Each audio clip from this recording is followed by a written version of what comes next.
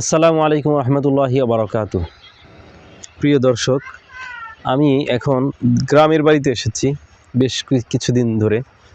তো আমার অনেক শিক্ষার্থী আমাকে প্রায় বলে যে হুজুর, বাড়িতে পড়ার কোনো পরিবেশ পাই না। ছুটির দিনগুলোতে আমি একজন শিক্ষার্থীকে অনেকগুলো কিতাবের নাম বলে দিই, সেই কিতাবগুলো তাদেরকে সংগ্রহ করাই এবং তাদেরকে সেগুলো পড়তে বলি।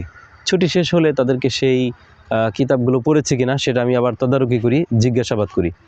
তো প্রায় শিক্ষার্থী বলে যে হুজুর, বাড়িতে পড়ার পরিবেশ পাই না। কিন্তু আমি অবাক হই যে বাড়িতে পড়ার পরিবেশ কিভাবে পায় না, বরং বাড়িতে তো আরও বেশি পড়ার পরিবেশ, পড়ার জন্য উপযোগী বাড়ি আরও বেশি সুন্দর, বেশি উপযোগী। আমি বাড়িতে এসেছি কিছুদিন হলো, 8টি কিতাব নিয়ে এসেছি।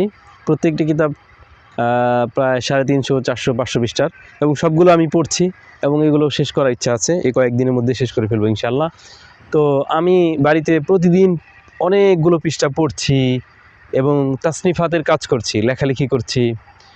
এরপর আমি ভিডিও করছি, কন্টেন্ট তৈরি করছি, এবং প্রতিদিনই আমি বিকেলবেলা হাঁটতে বের হই। এরপর কোরআন তেলাওয়াত করছি, সকাল সন্ধ্যার 6 তাসবির আমল করছি, 40 দুরুদ, মঞ্জিল ইত্যাদি। যেহেতু স্বাভাবিক প্রতিদিন যে আমলগুলো আমি সবসময় করে থাকি, এই বন্ধের ভেতরেও সেই আমলগুলো আমি স্বাভাবিকভাবেই পালন করে যাচ্ছি আলহামদুলিল্লাহ, আল্লাহ পাকের মেহেরবানিতে। আবার পরিবারকেও সময় দিচ্ছি, সব কিছুই তো হচ্ছে। তো পড়ার পরিবেশ কিভাবে হয় না? বরং বাড়িতে তো এসে আরও পড়ার মধ্যে মনোযোগ আরও বেশি বৃদ্ধি হওয়ার কথা, কারণ এখানে কোনো কোলাহল নেই, কাজ নেই, কোনো চিন্তা ভাবনা নেই। পড়াশোনার ক্লাসে পড়াশোনাতে হবে, পরীক্ষা দিতে হবে, এমন কোনো টেনশন নেই। ব্যাস বাড়িতে এসে যে কিতাবের প্রতি বেশি আগ্রহী, কারো জীবনী, কারো সিরাত, কারো কোরআন, কারো তাফসির, কারো ইলমুল হাদিস, কারো ইলমুল লুগাতিল আরবিয়া, আরবি ভাষা সাহিত্য। যার যেই ফোনের প্রতি আগ্রহ, সে ওই ফোনে মেহনত করবে, পরিশ্রম করবে, পড়াশোনা করবে। তো এটার জন্য তো বন্ধটাই সবচেয়ে বেশি উপযোগী, তাই না? তো আমি শিক্ষার্থী জীবন থেকেই, ছাত্র জীবন বলতে আমি এখনও ছাত্র, সারা জীবনই ছাত্র হয়ে বেঁচে থাকতে চাই ইনশাআল্লাহ। তো ছাত্র বলতে আমি স্বাভাবিক যে রশ্মি শিক্ষা জীবন, তো শিক্ষা জীবন থেকেই আমি আলহামদুলিল্লাহ বাড়িতে গিয়ে আরও বেশি পড়াশোনা করতাম। আমার মনে আছে একবার আমি তখন দাওরা হাদিসে পড়ি, জামিয়া রহমানিয়া আরবিয়ায়। তখন আমি একবার ছুটিতে বাড়িতে আসছিলাম। তো বাড়িতে এসে আমি পড়ালেখা সব কিছু স্বাভাবিকভাবেই করছি। ফথুল বারি নিয়ে এসেছিলাম, সহিহ বুখারী শরীফের যে ব্যাখ্যা গ্রন্থ, হাফেজ আল্লামা ইবনে হাজার আসকালানী রাহিমাহুল্লাহ, ইবনে হাজার আসকালানী রহমতুল্লাহ আলাইহি মৃত্যুবরণ করেন 852 হিজরিতে। তো ইবনে হাজার আসকালানী রহমতুল্লাহ আলাইহির লিখিত ফথুল বারি, এটা আমি বাড়িতে নিয়ে এসেছিলাম। এটা প্রতিদিনই পড়াশোনা করতাম, মোতালা করতাম। আমার মামাতো ভাইয়ের বিয়ে ছিল তখন, তিনি মালয়েশিয়া থেকে এসেছিলেন। তো আমি আবার বিয়ে বা কোনো অনুষ্ঠানে যাওয়ার প্রতি খুব একটা আগ্রহ না, আমি তেমন এইসব অনুষ্ঠানে আমি যাই না সাধারণত। তবুও আমার বাবা আমাকে জোর করে সেখানে নিয়ে গেছেন। তো আমি যাব না, আমাকে জোর করে নিয়ে গেলেন। তো আমি সাথে ফথুল বারি কিতাবটা নিলাম। এরপর অটোতে যাচ্ছিলাম। তো অটোতে যাওয়ার পথে আমার হঠাৎ করে একটা মাথায় লেখার চিন্তা আসলো, সাথে সাথে আমি আমার পকেটে সবসময় কলম এবং একটা প্যাড থাকে, এখনও আছে। তো আমি কলম এবং প্যাডটা বের করে, নোটবুকটা বের করে সাথে সাথে আমি একটা মাকালা, একটা লেখা আমি তৈরি করলাম। ওই অটোতে বসেই যাওয়া পর্যন্ত দীর্ঘ বেশ কয়েক পৃষ্ঠা লিখে ফেললাম। এবং আমি ওইখানে গিয়ে যে খাবারের আয়োজন ছিল, খাবার দাবার শেষ করার পর সেখানে বসেছিলাম। ওই টেবিলে বসা অবস্থায় আমার একটা লেখার চিন্তা আসছে, সাথে সাথে লিখে ফেলেছি। আমার একটা অভ্যাস হচ্ছে যে যখন যেই চিন্তাটা আসে মাথার ভেতরে, সাথে সাথে সেটা আমি লিখে ফেলি, বিলম্বিত করি না যে পরে লিখবো, সেই সময় আমি অপেক্ষা করি না, বরং সাথে সাথে লিখে ফেলি। তো লিখেছি। এরপর আবার একটা রুমে আমাকে বসতে দেওয়া হলো। তো সেই রুমে বসে আমি ফথুল বারি মোতালা করছি, অথচ বাইরে ছিল প্রচণ্ড গান বাজনার আওয়াজ, হই হুল্লোড়, চিৎকার চেঁচামেচি, আনন্দ উল্লাস সবাই করছে। এই পরিবেশ আসলে আমার সাথে, আমি কখনোই পছন্দ করি না। বললাম যে আমার বাবার পীড়াপিড়ির কারণে আমাকে যেতে বাধ্য হয়েছি। তো যাই হোক, তো এরপরও এত অবস্থার প্রতিকূল হওয়া সত্ত্বেও আমি কিন্তু সেই ঘরে বসে বসে ফথুল বারি মোতালা করেছি। আমি প্রায় প্রতিদিন সম্ভবত 120টা করে ফথুল বারি তখন মোতালা করতাম। তো আমি আমার রুটিন অনুযায়ী স্বাভাবিকভাবে সে ঘরে বসে ফথুল বারি পড়েছি। তো এটা বলা উদ্দেশ্য হচ্ছে যে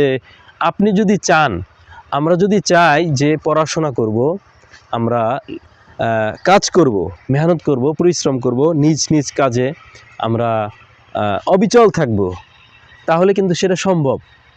পরিবেশ পরিবেশ তো আসমান থেকে নাজিল হয় না, পরিবেশ নিজেকে তৈরি করে নিতে হয়। আল্লামা নূর হুসাইন কাসিমি রহিমাহুল্লাহ তিনি একটা কথা বলেছিলেন যে বাজি পরিবেশ আসমান থেকে নাজিল হয় না, বরং পরিবেশ তৈরি করতে হয়। মাওলানা উস্তাদে মুহতারাম মাওলানা সফিউল্লাহ ফুয়াদ হাফিজাহুল্লাহ তিনি তার কিতাব শিক্ষার্থীদের সফলতার রাজপথ এই বইয়ের ভিতরে এই কথাটা উল্লেখ করেছেন যে বাজি পরিবেশ আসমান থেকে নাজিল হয় না, বরং পরিবেশ নিজেকে তৈরি করতে হয়। কত চমৎকার কথা বলেছেন হজরত। আল্লাহ তাআলা হজরতকে জান্নাতুল ফিরদাউসের সুউচ্চ মাকাম দান করুন। হজরত তো সানিউর রিজাল ছিলেন, হজরতের হাতে গড়ে উঠেছে অনেক বড় বড় আলেম, অনেক বড় বড় লেখক, শাইখুল হাদিস, মুহাদ্দিস। হজরতের ছাত্র সারা দেশে বিদেশে সারা পৃথিবীতে ছড়িয়ে আছে, এক একজন বড় বড় কাজ করছেন আলহামদুলিল্লাহ। হজরতের এই ছাত্র গড়ার কারণে বলছিলাম যে হজরত বলেছিলেন যে পরিবেশ আসমান থেকে নাজিল হয় না, বরং তৈরি করতে হয়। তো আমি বলছিলাম যে পরিবেশ আসলে পরিবেশ বলতে কি বোঝায়? আমরা পরিবেশ বলতে বুঝিয়ে থাকি যে আমাকে একটা সুন্দর একটা কামরা হবে, সেখানে একটা সুন্দর টেবিল থাকবে, দামি একটা চেয়ার থাকবে, এরপরে অনেকগুলো কিতাবের র্যাক থাকবে, সেখানে কিতাব থাকবে, এরপর হচ্ছে আমি পড়াশোনা করব। অথবা আরও ভালো হয় যদি একটা এসি থাকে। তো ভাই এইভাবে যদি চিন্তা করি যে এটার নাম হচ্ছে পরিবেশ, তাহলে কখনো আপনি বড় হতে পারবেন না। আপনার পরিবেশ সবসময় অনুকূল হবে না, আপনার জীবনের সময় স্রোতের মতো হারিয়ে যাবে, স্রোতের মতো সময় চলে যাবে। কিন্তু এই পরিবেশ তো সবসময় আপনার অনুকূল হবে না, আপনাকে যেখানে আছেন সেখানে আপনাকে অনুকূল করে নিতে হবে। কখনো গাড়ির ভিতরে আপনাকে পড়ার পরিবেশ তৈরি করতে হবে, কখনো দোকানের মধ্যেই পড়ার পরিবেশ তৈরি করতে হবে, মাঠে ঘাটে যেখানেই যান সেখানেই পড়ার পরিবেশ তৈরি করতে হবে।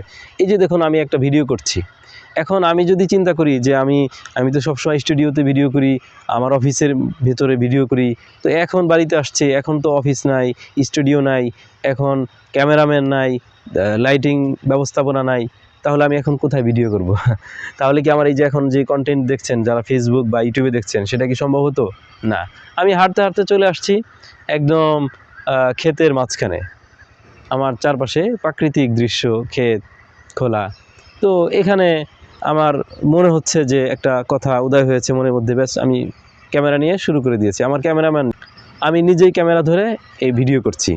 তো এইটাই একটা পরিবেশ। ব্যাস আপনি বাড়িতে গিয়েছেন, আপনার বাবার সাথে কাজ করতে গেছেন, মাঠে একটা কিতাব নিয়ে যান, একটা বই নিয়ে যান, সেখানে বসে আপনি এক পৃষ্ঠা পড়েন।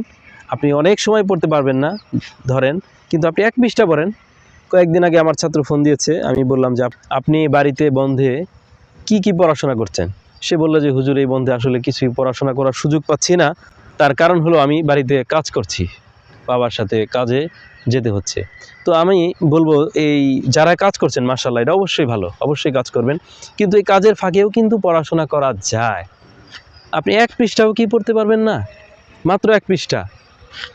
আসলে এই আমার এই এতক্ষণ এই কথার উদ্দেশ্য হচ্ছে যে আসলে পরিবেশ নিজেকে তৈরি করতে হয়। আপনি যদি জীবনে বড় হতে চান, তাহলে আপনাকে পরিবেশ তৈরি করতে হবে এবং আপনার পড়াশোনা অব্যাহত রাখতে হবে, সেটা বাড়িতে হোক, গাড়িতে হোক, সফরে হোক, হাজার হোক, সর্ব অবস্থায়। সকলকে ধন্যবাদ। আসসালামু আলাইকুম রহমতুল্লাহি ওয়া বারাকাতুহু।